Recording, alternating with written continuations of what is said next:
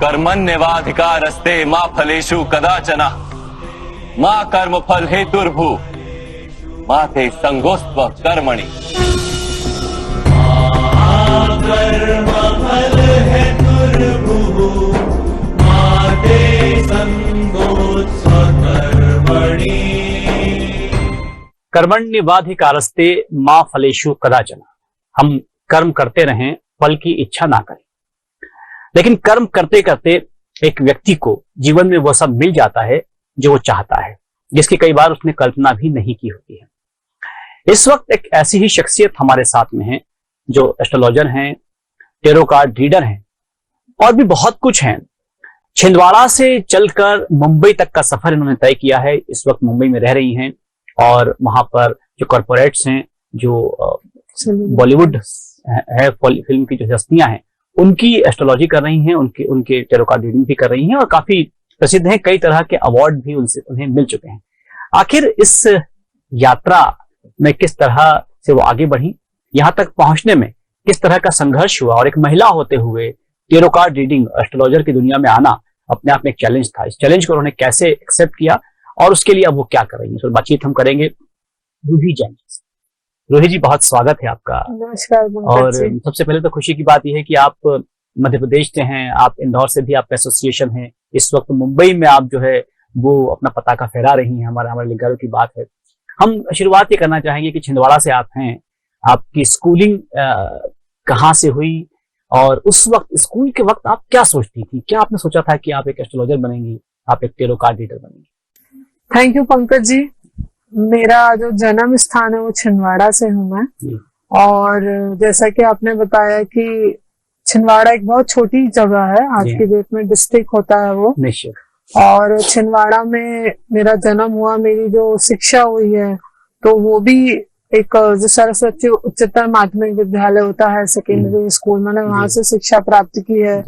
और जब मैं छोटी थी, जब स्कूल जाती थी, तो मुझे ऐसा लगता था कि इंसान को एक ही लाइफ मिलती है, एक ही जीवन मिलता है। ये सोच उस वक्त भी थी? बिल्कुल थी। अच्छा। तो मुझे ऐसा लगता था कि एक लाइफ मिली है तो आप कुछ ऐसा काम करो जिससे आपका नाम हो, बिल्कुल आपकी जो पेरेंट्स हैं उनको प्राउड फील हो, आप कुछ करिए लाइफ में। एक गुमनाम जीवन की जिंदगी जीना, वो मुझे थोड़ा सा, जीवन मिले तो सार्थक होना चाहिए। बिल्कुल बिल्कुल। और कुछ ऐसा करो कि दुनिया उसको याद रखे। तो वहां से मेरी स्कूलिंग हुई। फिर मैंने कॉलेज भी वहीं पर ही किया। उसके बाद मेरा इंदौर आना हुआ। तो मेरा बेसिकली फिटनेस में बहुत इंटरेस्ट था उस टाइम पर भी। अच्छा, की बात कर रही हैं? ये आप समझ लीजिए, मैं ये 98 की बात कर रही हूँ। 98-97 की मैं बात कर रही हूँ। और फिटनेस में मेरे को बहुत इंटरेस्ट था और शुरू से मुझे ऐसा लगता था कि आप अगर फिट हैं, आपके पास एक फिट बॉडी है, तो फिर आप लाइफ में सारी चीजों को अच्छे से एंजॉय कर सकते हैं, आप काम कर सकते हैं। बिल्कुल सही बात। Because health is wealth obviously. तो फिर जब मेरा इंदौर आना हुआ तो मैंने इंदौर में, मुझे आप समझ लीजिए कि हम मैराथन उस समय आयोजित हुई थी जी। तो मैराथन में मैंने पार्टिसिपेट किया था। उस समय जो मैराथन थी डीएलएफ ने ऑर्गेनाइज करवाई थी एसबीआई बैंक के एसोसिएशन में।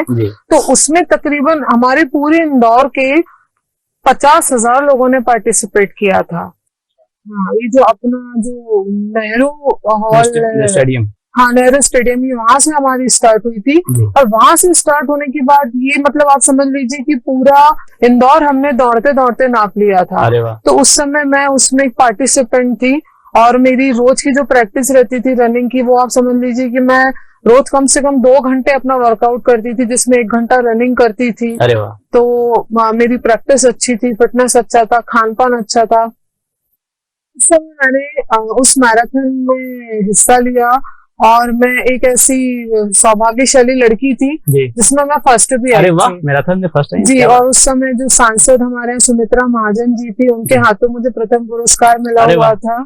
जी। और तो कहते हैं कि पूत के पाँव पालने में दिख जाते हैं। तो आपके अंदर कुछ चीज तो थी। हाँ, और जैसे कि आपने मुझे स्कूल और लाइफ का और जी। कॉलेज लाइफ का जिक्र किया है, जी। तो जब मैं इस कॉलेज में थी तो मैं अपने कॉलेज की वाइस प्रेसिडेंट बनी थी। अच्छा। उस टाइम पे काफी समय से जो तुम्हारे चुनाव होते थे छात्र जी। संघ के, तो वो जी। उस समय मतलब बंद हो गए थे, लेकिन जी। जब हमारा कॉलेज में आना हुआ तो उसके बाद से वो वापस से स्टार्ट हो गए थे। जी। तो मतलब वहीं से कहीं ना कहीं कहते हैं ना कि एक प्रतिभा, आगे बढ़ने का जुनून, की जी, नहीं जी, लाइफ जी। में कुछ करना है, तो निश्चित, वो निश्चित। मोटिवेशन, वो जो एक बीज था हाँ। वो माइंड के अंदर बो दिया गया था। जी। और फिर उसके बाद क्या होता है ना कि आपको खुद से ही मोटिवेटेड फील करना पड़ता है, आपको खुद से ही Self अपने आप motivation। को आगे बढ़ाने के लिए बिल्कुल। आपके अंदर एक जुनून और एक पोटेंशियल जी, होना बिल्कुल, चाहिए। बिल्कुल, बिल्कुल। तो फिर उसके बाद इंदौर में जब ये मैंने मैराथन जीता, तो काफी मेरे लिए वो मतलब आप समझ लीजिए काफी अच्छा पल था, क्योंकि स्टार्टिंग में मैं आपको बताऊं मैराथन में टाइम का बहुत वैल्यू होता है। जी। और एक इंटरेस्टिंग बात ये थी पंकज जी कि मैं उस समय 10 मिनट लेट थी। उसके बावजूद आपने कवर अप किया। हाँ, और जब मैंने स्टार्टिंग में भागना चालू किया तो मुझे ऐसा लगा कि शायद अब मैं गिव अप कर दूं, क्योंकि ये नहीं हो पाएगा, अच्छा, क्योंकि अच्छा। मैं ऑलरेडी बहुत पीछे थी। जी। बट शायद हमारी डेस्टिनी को कुछ और ही Destiny को मंजूर मंजूर था। था। जी। जब आपसे बातचीत करते हुए लग रहा है कि आप आम लड़कियों की तरह नहीं थी, आप कुछ अलग सोचती थी। जब आपने कहा कि बचपन में ही आपके मन में था कि जीवन एक ही मिला है, तो मुझे लगा है कि कहीं ना कहीं आप गिफ्टेड थी। आप वो बचपन में ही बात होना। खैर, आपने स्कूलिंग की, कॉलेज किया, आप इंदौर आई, आपने यहाँ पर जो है योगा क्लासेस की और मैराथन में भाग लिया। लेकिन एक बीइंग अ गर्ल, एस्ट्रोलॉजी को चूज करना कैसे हुआ? ये कब से आपके मन में आया कि आप एस्ट्रोलॉजर बनेंगी, आप टैरो कार्ड रीडिंग करेंगी? एक्चुअली पंकज जी क्या था ना कि जो हमारे लिए सबसे इम्पोर्टेंट चीज होती है हमारा सिक्स सेंस होता है। जी। जो एस्ट्रोलॉजर्स होते हैं, जो ऑकुल्ट साइंस बेसिकली हम इसको बोला जाता है, इसको ऑकुल्ट साइंस बोलते हैं। जो एस्ट्रोलॉजर्स होते हैं उनके मतलब मैं इतनी बोलूंगी कि सबके शायद सिक्स सेंस स्ट्रांग होता ही है, लेकिन जी। मेरा जो सिक्स सेंस था जी। वो काफी स्ट्रांग था। मतलब जो चीजें होने वाली होती है ना उसका आभास हमको हो जाता था, है। तो वो मेरे अंदर इनबिल्ट था। अच्छा। तो कहीं ना कहीं मुझे ऐसा जैसे कुछ चीज होने वाली तो मुझे पता लग जाता था, अच्छा ये सही होगा या ये गलत होगा। जी। तो वो एक जो कहते हैं ना इंट्यूशन पावर, सिक्स जी। सेंस आपका, वो मेरा काफी बचपन से ही स्ट्रांग था। जी। और मुझे एस्ट्रोलॉजी में या न्यूमेरोलॉजी कह लीजिए, उस समय तो हस्तरेखा काफी प्रचलित हुआ बिल्कुल, करती थी, बिल्कुल, आज भी है palmistry, डेफिनेटली, जी। पामिस्ट्री। तो वो भी उसमें मेरा इंटरेस्ट था। तो धीरे धीरे कहीं ना कहीं कुछ ना कुछ ऐसे चीजें पढ़ते रहते थे, जी। देखते रहते थे, टीवी में भी जो शोज आते थे, तो वहां से ये चीज मेरे अंदर मतलब बचपन से ही मुझे इस फील्ड में बहुत इंटरेस्ट। जी जी। फिर मैं ये कहीं पारिवारिक कुछ चीज बैकग्राउंड था, ऐसा कुछ? कैसे इंटरेस्ट पैदा हुआ? नहीं, पारिवारिक बैकग्राउंड तो नहीं है नहीं था। पंकज जी, क्योंकि जो मेरी मम्मी है, जी। मेरी मम्मी तो मतलब एक आप बोल सकते हैं कि कॉलोनाइजर है, रियल अच्छा। एस्टेट का काम है हमारा, और उसके साथ साथ वो एक शिक्षिका भी है। अरे वाह। अभी रिटायर हुई है वो। क्या बात। तो मेरा फैमिली बैकग्राउंड तो बहुत डिफरेंट है, जी। लेकिन हाँ हमारे यहाँ सब एजुकेशन को काफी इम्पोर्टेंस देते थे। तो ये जो एस्ट्रोलॉजी वाली फील्ड जो थी, इसमें पर्सनल मेरा ही बहुत इंटरेस्ट था। और मुझे ऐसा लगता था, फिर जब मैंने धीरे धीरे इस चीज को एक्सप्लोर करना चाहा, शुरू किया। या जब मैंने धीरे धीरे इसको सीखा, तो जब मैंने स्टार्टिंग में टैरो कार्ड सीखे थे, जी। तो होता क्या था, जब मैं किसी को बताती थी उस समय I was not professional, I was like just show किया कभी? हाँ ऐसे ही Interest था मतलब आपको। इंटरेस्ट था। तो जैसे आप आए, मैंने अगर किसी को कुछ बताया तो वो सामने वाले को सही हो जाता था। अगर उसको कुछ उपाय बताए तो वो उसको फल जाते थे, अगर वो रेमेडीज तब आप करता था। इंस्पायर हुई वहां तो से। मुझे उस समय जो लोगों से मोटिवेशन मिला और लोगों ने जो उस चीज को अप्रिशिएट किया, और देखिए क्या होता है ना पंकज जी, अप्रिशिएट करना और motivation is a different thing. लेकिन आप जब लोगों की जिंदगी बदल देते हैं, आपके कारण अगर किसी की लाइफ चेंज हो जाती है ना, उससे बड़ी ब्लेसिंग्स मुझे लगता है इस संसार में कुछ भी नहीं है। और गंभीरता आ जाती है आपके काम में। तब तो बहुत गंभीरता आ गई थी, क्योंकि इंदौर के कुछ एक ऐसे केसेस थे जिसमें लोग मतलब कुछ ऐसे क्लाइंट्स मेरे पास आए कि जो अपनी लाइफ ही एंड करने वाले थे। लेकिन अच्छा। जब उनको सजेशंस मैंने दिए, उनको जब मैंने बताया कि आपकी जब काउंसलिंग मैंने की, तो उसके बाद से उन्होंने मुझे बोला, मैडम आज अगर मैं जिंदा हूं तो आपके कारण हूं। तो वो आप कह सकते हैं कि मेरी लाइफ का बहुत बड़ा टर्निंग पॉइंट था। मुझे ऐसा लगा कि अगर हम, क्योंकि क्या होता है ना, एस्ट्रोलॉजी क्या होती है पंकज जी, एस्ट्रोलॉजी एक तरीके का साइंस और मैथ्स होता है, जिसमें हम आपकी कुंडली को देख के, आपकी पत्रिका को देख के आपके बारे में हम बताते हैं। तो अगर आपको उधर से पता है कि हाँ हमारे साथ में ये चीज होने वाली है, या ये चीज मेरी अच्छी है, ये चीज मेरी बुरी है, तो अगर कोई ब्रिलियंट पर्सन होगा ना, तो वो उस चीज को मद्देनजर रखते हुए अपने लाइफ ले सकता है, बदल सकता है। बिल्कुल। आप मेहनत करके अपनी किस्मत को बदल सकते हैं, आप सही कर्म करके अपनी किस्मत को बदल सकते हैं। और जो हमारे पास्ट लाइफ होती है जिसको हम प्रारब्ध बोलते हैं, तो वो आपके पास्ट लाइफ के कर्मास, आपकी जो कुंडली में जो ग्रह नक्षत्र बैठे रहते हैं ना, उससे एक अच्छा ज्योतिष जो रहेगा वो बहुत क्विकली कैलकुलेट कर देगा कि आपकी लाइफ में जो हर्डल्स अभी आ रहे हैं, या जो चीज बोलते हैं ना, अरे 99 पे आके रुक गई, तो वो 99 पे आके रुकने का जो कारण होता है वो आपकी कुंडली में एक कोई भी अच्छा ज्योतिष जो है वो पकड़ के आपको सही मार्गदर्शन कर सकता है। आप बताती हैं कुंडली के आधार बताती हैं, गणपति के आधार बताती हैं? हाँ पंकज जी, मेरा जो स्पेशलाइजेशन है आप वो बोल सकते हैं कि टैरो कार्ड रीडिंग। पहले मैंने टैरो कार्ड सीखे, फिर उसके बाद धीरे धीरे जब लोगों को ये विद्या फलने लगी, मुझे इसमें थोड़ा सा इंटरेस्ट आने लगा, तो फिर मैंने एस्ट्रोलॉजी सीखी, फिर एक न्यूमरोलॉजी जो कि अंक विज्ञान होता है, वो भी बहुत ही अच्छी विद्या होती है, फिर मैंने वो सीखा। और उसके बाद जो जेमस्टोन थेरेपीज होती है, जैसे हम सजेस्ट करते हैं रत्न पहनने के लिए लोगों को, तो वो भी हम सजेस्ट करते हैं। हीलिंग्स मैं करती हूँ, जो पेशेंट होते हैं या जो बीमार लोग होते हैं, तो हम जो डिप्रेशन के मरीज होते हैं, तो मैं उनकी हीलिंग भी करती हूँ। सम्मानित जितनी विधाएं हैं लगभग सब आपने सीखी और सब पर काम कर रहे हैं। जी बिल्कुल। अब हम बात करते हैं मुंबई की। मुंबई आपका जाना कैसे हुआ, और इस वक्त आप सेलिब्रिटीज के लिए भी आप एस्ट्रोलॉजी, आप पत्रिकाएं देख रही हैं, तो वहां पर क्या एक्सपीरियंस है आपका?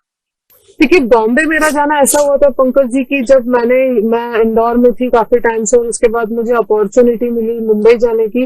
तो मुंबई जाके मैंने जो मतलब मुझे प्रोडक्शन लाइन में काफी इंटरेस्ट था, तो मैं प्रोडक्शन करना चाह रही थी। तो उस समय मैंने असिस्ट किया, जो हमारे जो काफी टीवी सीरियल्स आते हैं, तो कुछ महीने मैंने वहां पर काम किया। अच्छा। वहां सीखा।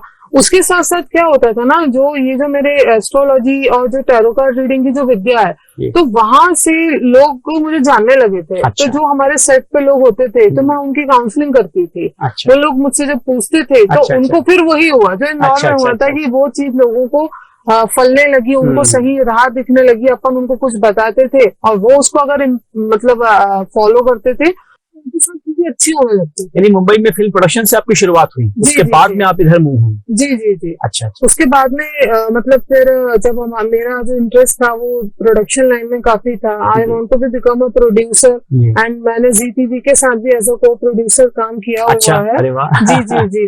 तो उसके बाद में फिर जब ये एस्ट्रोलॉजी और न्यूमरोलॉजी में मेरा इंटरेस्ट आया, जब मैंने लोगों को बताना स्टार्ट किया और जब उनको चीजें सही लगने लगी, तो उसके बाद से तो फिर मुझे कभी पीछे मुड़ के देखने की जरूरत ही नहीं पड़ी। और आज की डेट में मैं बॉम्बे में, आप कह लीजिए, जो बिजनेसमैन है, जो बिल्डर लॉबी है, तो कॉर्पोरेटर्स हैं, फिल्म सेलिब्रिटीज हैं, सीरियल्स वाले हैं, मैं उनकी काउंसलिंग करती हूँ। आप न्यूमरोलॉजी जो कि आज की काफी फेमस है, और बॉम्बे में जो बड़े बड़े एक्टर्स हैं या जो फिल्म मेकर्स हैं, वो अपने फिल्मों का नाम चेंज करवाते हैं न्यूमरोलॉजी के थ्रू। और जो एक्टर एक्ट्रेसेस है वो अपना नेम स्पेलिंग करेक्शन करवाते हैं। तो वो सारी चीजें जो है वो आज के समय में सबसे मुंबई में टॉप पे चल रही है। आप एक आम सवाल है ये जो अक्सर पूछा जाता है किसी सक्सेसफुल महिला से, कि जब आपने मुंबई में जाने का रुख किया और एस्ट्रोलॉजी को आपने अपनाने की बात की या प्रोडक्शन को अपनाने की बात की, तो क्या घर की तरफ से आपका कोई विरोध हुआ, कुछ सवाल पूछे गए? जब आप मुंबई में गई तो वहां पर लोगों ने आपको कैसे लिया? आपके बीइंग अ लेडी आपका एक्सपीरियंस कैसे रहा? एक्चुअली पंकज जी, ये जो आपका क्वेश्चन है बड़ा ही अच्छा क्वेश्चन है।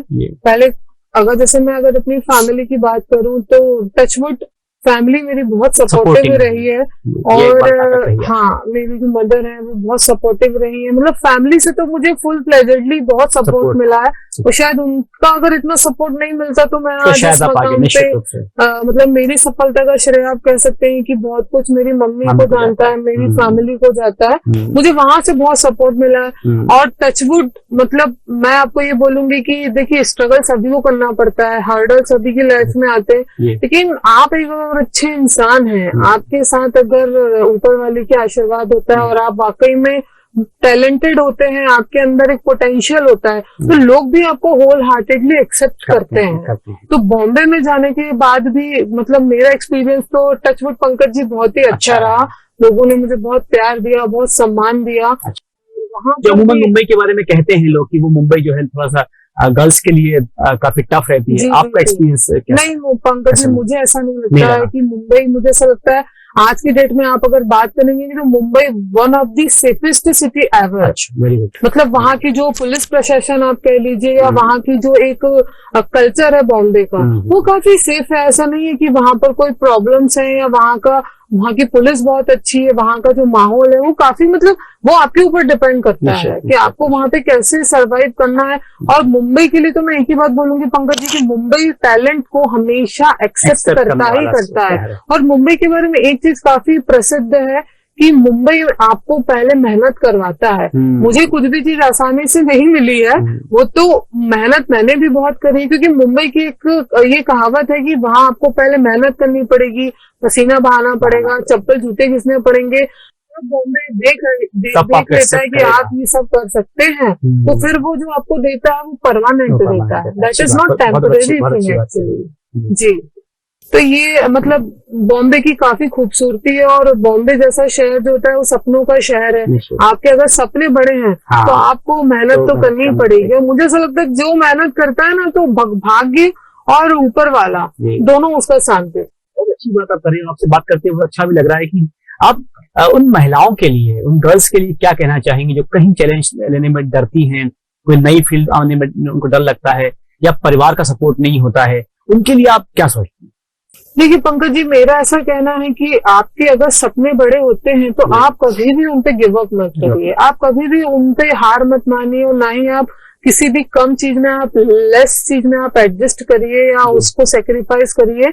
क्योंकि खुद पे भरोसा रखना, खुद के ऊपर ट्रस्ट रखना, ये सबसे बड़े एक एसेट होता है। बिल्कुल। और जब आपको खुद पे भरोसा है, आपके टैलेंट पे, आपकी सोच पे, तो फिर परिवार वाले भी आपका सपोर्ट करते हैं और लोग भी आपको सपोर्ट करते हैं। क्योंकि टैलेंट जो होता है वो कभी किसी से छुपा नहीं रह सकता है। तो आज नहीं तो आपकी प्रतिभा लोगों के सामने आएगी आएगी। अगर वो असल टैलेंट है, हाँ, अगर वो असल टैलेंट है और अगर आप में उतना जुनून है, क्योंकि क्या होता है ना, सक्सेस की भूख होनी चाहिए। बिल्कुल बिल्कुल। सक्सेस ऐसे हर किसी को तो नहीं मिलती है ना, तो उसके लिए आपके अंदर एक डिटर्मिनेशन होना चाहिए कि नहीं, मुझे गिव अप नहीं करना है। परिवार वाले अगर आपके अगेंस्ट में, तो मैं ये नहीं बोलूंगी कि आप उनके अगेंस्ट में जाके आगे बढ़िए। आप उनको बैठ के समझाइए कि मैं ये चीज करना चाहती हूँ और आप इसमें मेरी मदद करिए। और अगर आपको वो मदद दे रहे हैं या अगर वो आपके साथ है तो आप उनको रिजल्ट दीजिए। आप जब रिजल्ट देने लगते हैं ना तो दुनिया फिर आपको जान जाती है, हु आर यू। बिल्कुल बिल्कुल। महिलाओं के लिए बहुत बड़ी बात कह रही हैं आप, जो कहीं ये एक्सक्यूज देती हुई दिखाई देती हैं कि नहीं, घर का सपोर्ट नहीं मिल पाया, घर की शादी हो गई, बच्चे हो गए, जिम्मेदारियां बन गई। ये एक्सक्यूजेस शायद मुझे लगता है कि बेईमानी है। कहीं अगर टैलेंट है, कहीं आगे बढ़ना है तो वो कर सकती है। बिल्कुल कर सकती है। अगर आप में टैलेंट है और अगर आप आपके सपनों पे गिव अप नहीं करना चाहते हैं, अगर आप वाकई में डिटरमाइन है कि मुझे ये चीज करनी ही करनी है, तो मैं आपको ये बोल रही हूँ ना कि घर वाले तो क्या, कायनात भी आपका सपोर्ट करने लगती है। लेकिन आपको वैसा पैशन और आपको वैसा डिटर्मिनेशन होना चाहिए। नहीं तो लोग क्या होता है ना, थोड़ी सी भी अनसक्सेस मिलती है, कहीं वो हार जाते हैं तो उनको लगता है नहीं अब ये हमसे नहीं होगा, अब तो ये नहीं। फिर आप गिरिए, उठिए, संभलिए, खड़े होइए, चलिए। मेहनत तो आपको करनी पड़ेगी और आपको एक बार फाइनली जिंदगी मौका देती है आपके सपने। और आपको खूब सारे मौके दिए निश्चित रूप से, और आप खूब सारे अवार्ड भी आपने लिए हुए हैं। हम उनकी भी बात करना चाहेंगे। ये हमारे उन दर्शकों के लिए, उन महिलाओं के लिए, उन लड़कों के लिए, लड़कियों के लिए जो कहीं आगे बढ़ना चाहती हैं, क्या अचीवमेंट्स मुंबई ने आपको दिए हैं या मध्य प्रदेश ने दिए हैं? मुंबई, मध्य प्रदेश आप कह लीजिए कि मतलब मेरे लिए तो काफी मेहनत मुझे करना पड़ा है यहाँ तक आने के लिए। और आप अगर अवार्ड्स की बात कर रहे हैं तो मेरे ख्याल से अभी तक मुझे 14 अवार्ड्स मिल चुके हैं पंकज जी। ये अभी रिसेंटली मुझे जो अवार्ड मिला था बॉम्बे में, जो अपना नारी नीति फाउंडेशन वालों ने ऑर्गेनाइज किया था, तो ये मेरा 14 नंबर का अवार्ड था। और इसके पहले भी मुझे 23 मई को हमारे जो सम्माननीय राज्यपाल जी हैं श्री भगत सिंह कोश्यारी जी, उनके हाथों से मुझे नेशनल अवार्ड मिला है अभी ज्योतिष विद्या के लिए। और इसके अलावा भी जो इंटरनेशनल लेवल पर भी मुझे अवार्ड्स मिल चुके हैं। जी।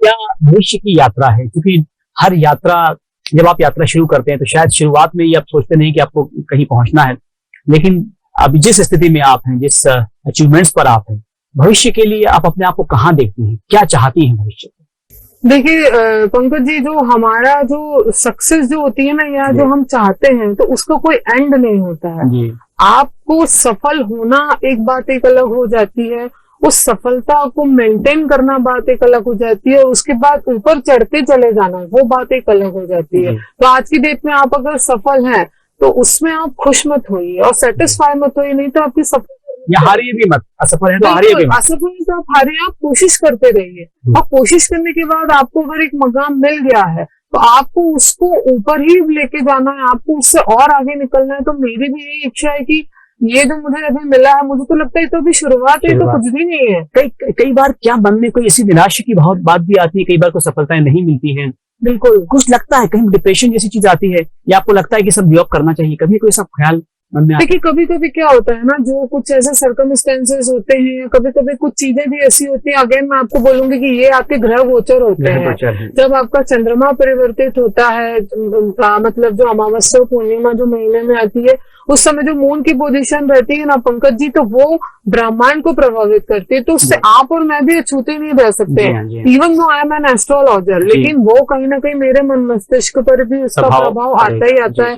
तो कई बार ऐसे थॉट्स आते हैं, लेकिन फिर से मैं आपको बोलूंगी, जब आप एस्ट्रोलॉजी को सूक्ष्मता से जानने लगते हैं, आपको जब पता है कि हाँ ये परिवर्तन हो रहे हैं और अगर ये ऐसा हो रहा है, तो आप उस चीज से अपने आप को काफी हद तक कंट्रोल कर सकते हैं, काफी हद तक बैलेंस कर सकते हैं, और उसके रीजंस आपको पता है ना, तो आप मेडिटेशन करिए। आप उन थॉट्स को आ रहे हैं, वो तो देखिए आएंगे।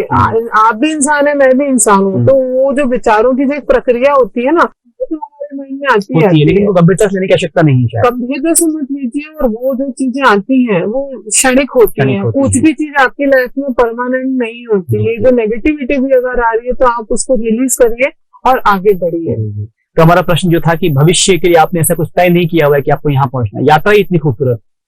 जी जी जी बिल्कुल, यात्रा तो बहुत ही खूबसूरत है, और अभी भी मैं चाहती हूँ कि मैं मतलब जो इस जीवन में जो जर्नी चल रही है, इसको मैं और आगे लेके जाऊं और आगे बढ़ूं, और अपने जो मेरे जो पेरेंट्स हैं उनको हमेशा प्राउड फील होना चाहिए। और क्या नाम और पैसा ये महत्वपूर्ण है आपके लिए? निश्चित रूप से भी महत्वपूर्ण है, लेकिन इसके अलावा समाज के लिए कुछ आप सोचा है आपने करने के लिए, या इस दिन तक कर ही तो रही आप समाज की सेवा? पत्रिका के माध्यम से भी तो आप लोगों को उनके जीवन में नई रोशनी दे रही हैं। जी जी जी देखिए क्या है ना पंकज जी, ये जो काम है आपका, आप एस्ट्रोलॉजर हैं, आप एक अगर कंसल्टेंट है, बेसिकली कंसल्टेंसी का काम है, तो आप अगर एक कंसल्टेंट है तो आप एक्चुअली लोगों की जिंदगी बदल रहे हैं। आप सलाह से लोगों की जिंदगी बदल रहे हैं, तो इससे बड़ी समाज सेवा क्या हो सकती है? जी कोई मंजिल ऐसी है नहीं कि यहाँ पहुंचना है, रास्ते चलती जा रही है, मंजिलें आपको चलती जाना है, मंजिलें मिलती जा रही है, क्योंकि किसी भी चीज का कोई एंड अगर आपने सोच लिया कि नहीं मुझे यहाँ पहुंचना है, तो उसके ऊपर भी जो चीजें हैं फिर आप वहाँ कैसे बहुत अच्छी बात है। सेटिस्फेक्शन इंसान को, देखिए खुद के लिए अप्रिशिएट करना, खुद की तारीफ करना भी एक बहुत बड़ा मोटिवेशन होता है, लेकिन उस जगह पे जाके संतुष्ट हो जाना कि हाँ ये मुझे मकाम मिल गया, मैंने तो ये सोचा था, आप किल हो जाएंगे। रोहित जी, आपसे बातचीत हुई, और निश्चित रूप से आप सच मानिए कि आपसे बातचीत करते हुए बहुत हम खुद भी अपने आप को एनर्जेटिक महसूस कर रहे हैं, और कहीं बहुत सी चीजें हमें भी मिल गई हैं जीवन के लिए, और जो हमारे दर्शक देख रहे हैं वो भी आपके इस कार्यक्रम को देखने के बाद में, खासतौर पर महिलाएं और लड़कियां हैं, वो बहुत इंस्पायर होंगी, और कहीं यदि कोई हर्डल फील कर रही होंगी तो शायद आपके इस कार्यक्रम के बाद में वो आगे बढ़ जाएंगे। बिल्कुल, अगर ये थोड़ा सा चेंज मेरे इस कार्यक्रम के बाद में आ सकता है तो इससे बड़ी खुशी की बात और क्या ही होगी पंकज। बहुत सारा धन्यवाद हमसे बातचीत करने के लिए। Thank you. बशीर बद्र का मुझे एक शेर याद आ रहा है कि हमने जाकर देखा है हदे सफर के आगे भी, हमने जाकर देखा है हदे सफर के आगे भी, राह गुजर ही राह गुजर है, राह गुजर के आगे भी। रोहित जी से बातचीत करते हुए ये साफ हो गया है कि वो कोई, उनके दिमाग में कोई मंजिल नहीं है, लेकिन जो उनका रास्ता है वो इतना खूबसूरत है कि उस पर कई मंजिलें जो है उन्हें मिलती हैं और वो आगे बढ़ती जाती हैं। वो ना सिर्फ खुद खुश हैं, लेकिन लोगों की जिंदगी में परिवर्तन करके एस्ट्रोलॉजी के जरिए, टैरो कार्ड रीडिंग के जरिए वो बहुत बेहद खुश हैं, और हमें हमारी शुभकामनाएं हैं कि वो आगे बढ़ते रहें और इसी तरह से लोगों के जीवन को प्रकाशित करते रहें। आप देखते रहिए साधना न्यूज मध्य प्रदेश।